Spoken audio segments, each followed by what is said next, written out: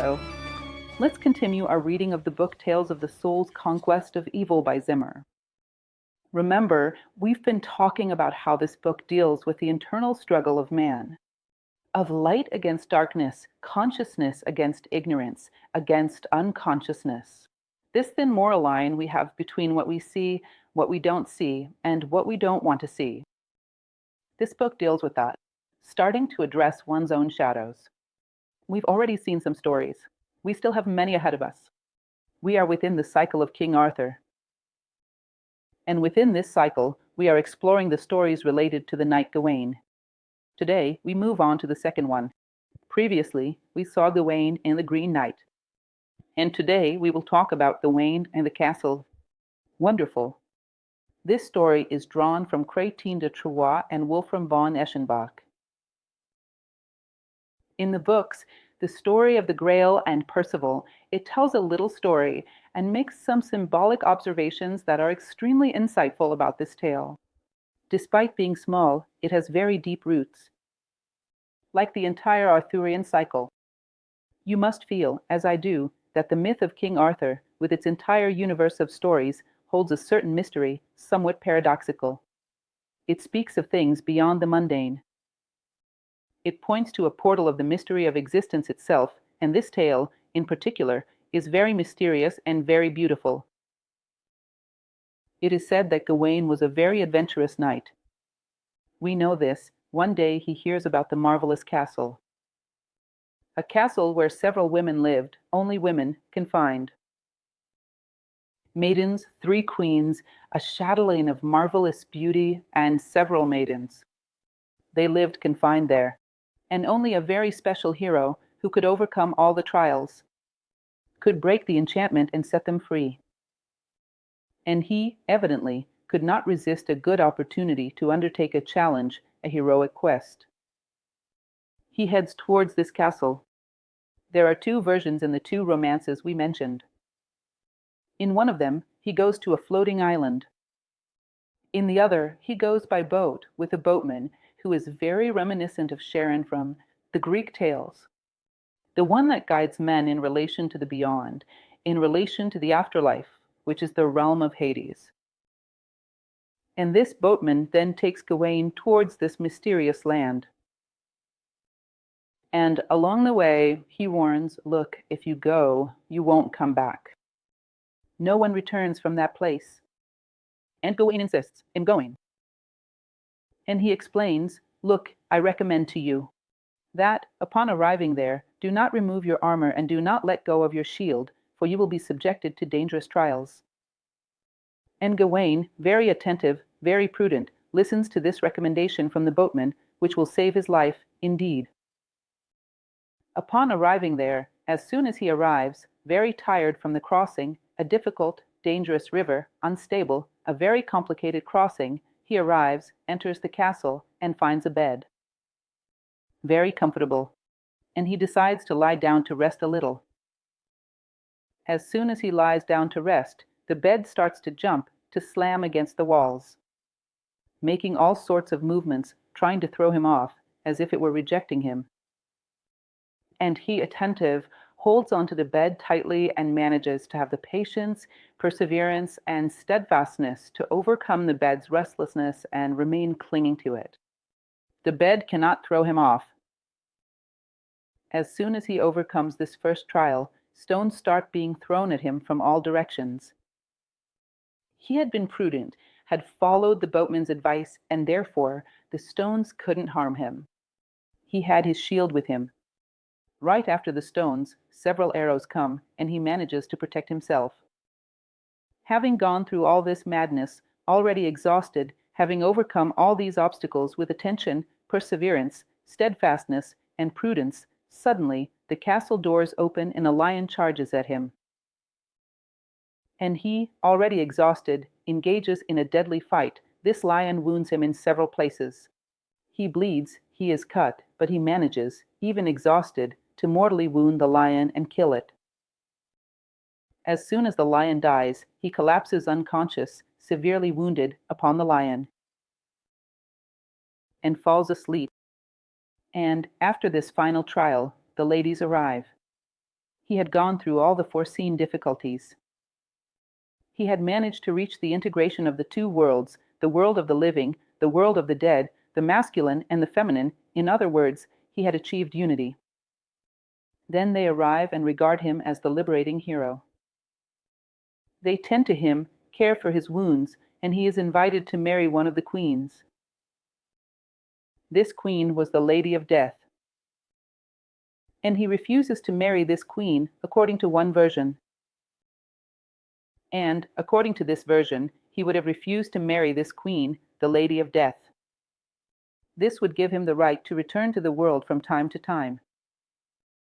In other words, he would come, but at night he had to return to the island of these ladies, to the marvelous castle. It is said that Arthur weeps tremendously for the loss of Gawain when he disappears, when he goes to this island and does not return.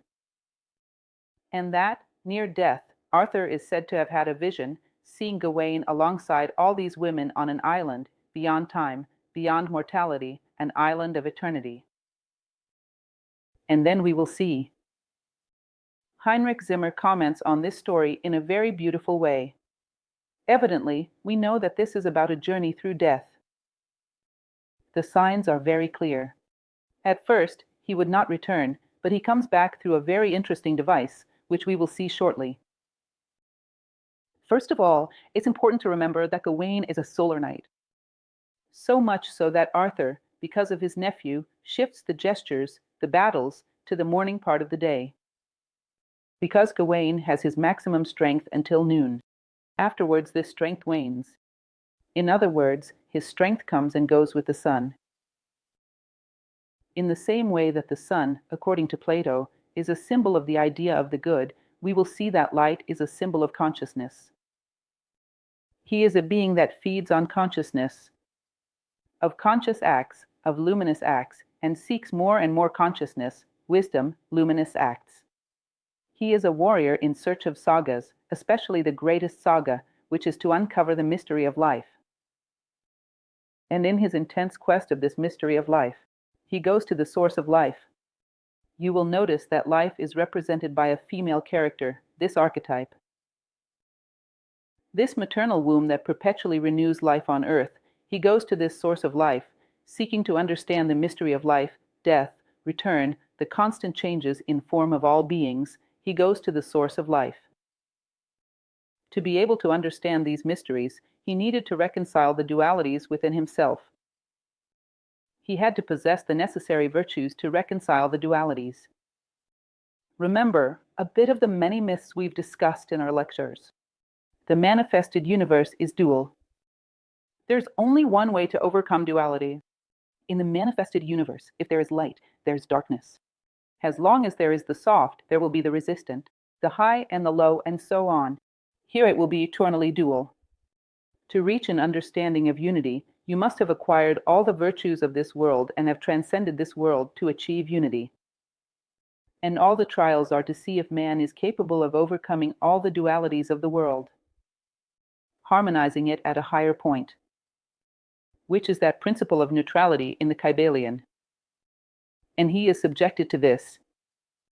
So, he is subjected to the test of courage, he is subjected to the test of prudence.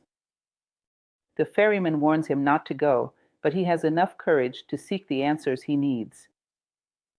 He submits himself to the test of prudence. He is attentive to the ferryman's advice, and he submits himself to the test of perseverance and constancy. This bed shakes him in all directions for a long time. And he doesn't give up on what he wanted. He doesn't let go. He doesn't leave the place where he was. She can't throw him out. Then, subjected to the trials of external aggressions, he remains unscathed. He is no longer subject to the pressures of the environment, no longer susceptible to the aggressions of the surroundings, and finally, he is attacked by his own anger, which the lion symbolizes, human wrath. The fact that he, even when exhausted, manages to tame the lion means that he has succeeded, in all circumstances, in mastering his own anger. So, these successive trials that he overcomes make him worthy of reconciling all dualities. The duality between life and death, the duality between heaven and earth, between masculine and feminine. He retrieves this and reaches unity, wisdom. He reaches the other side of the river, in a world where duality no longer exists, but in a world from which it is difficult to return. Unless one returns out of mercy, out of pity, out of compassion. Humanity, which remained on this side, returns to show the way. It's interesting because in this passage, Zimmer, on several occasions, cites Indian traditions. Where does he talk about this? I don't know of any place where this is as clear as in India, where it is shown that the man who leaves the dual world and reaches what they call nirvana, that is, the other side of the river, the transcendence of material experiences. He has no reason to return, no one comes back from nirvana. But there is a designation within India. This, in fact, is called an avatar, a being who has transcended manifestation but returns a few times. The one who renounces nirvana is called a nirmanakya. In other words, he does not enter the realm of death definitively. He does not enter the realm of transcending duality definitively. Why? He wants to return and show the way to those who stayed behind. In other words, he does not wed the queen of death. He returns to this world, cyclically, teaching the way. But when night falls, when the light dims, he returns to his celestial world. But he remains at the gate of the castle. He does not enter this castle, which for the Easterners is called nirvana, eternally committed to the advancement of humanity. Zimmer says that one of the keys, one of the versions, suggests that these three queens would be his mother, his grandmother, and his sister, in other words, the idea of the eternal feminine. This element that he needs to integrate, he who needs to understand life with its laws. And he will achieve this fusion when he proves that he has the necessary virtues for it. Thus, there is an archetype that we are dealing with here, the archetype of the eternal feminine, which is a servant, a priestess of life. The feminine, the eternal feminine, is a priestess who serves life, acting as a threshold for life to come into manifestation. So, he enters this world of roots, of the whys of life. He enters this world and reconciles all dualities. But he is a knight of light. In other words, seeking wisdom, of consciousness, and he feels committed to humanity, which is on this side, therefore, he does not wed definitively. This root of all questions. He does not definitively wed this transcendence of manifestation. He commits to continuing to return. He remains at the gate of the wonderful castle. As the Easterners say, the Nirmanakya avatars remain at the gates of nirvana, returning periodically to enlighten humanity. Typical of a knight of light, this is a story deeply infused with Eastern symbolism. Which, by the way, for me, honestly, I have a really hard time separating what is Eastern symbolism from Western symbolism, because it is everywhere, the same symbolism, just expressed in a different language, in Greek mythology, in Celtic mythology, in Scandinavian mythology, certain elements that are identical to what we can see in the Indian world. Sometimes, even in the world of Confucian and Taoist values. So it's interesting. We observe that the truth,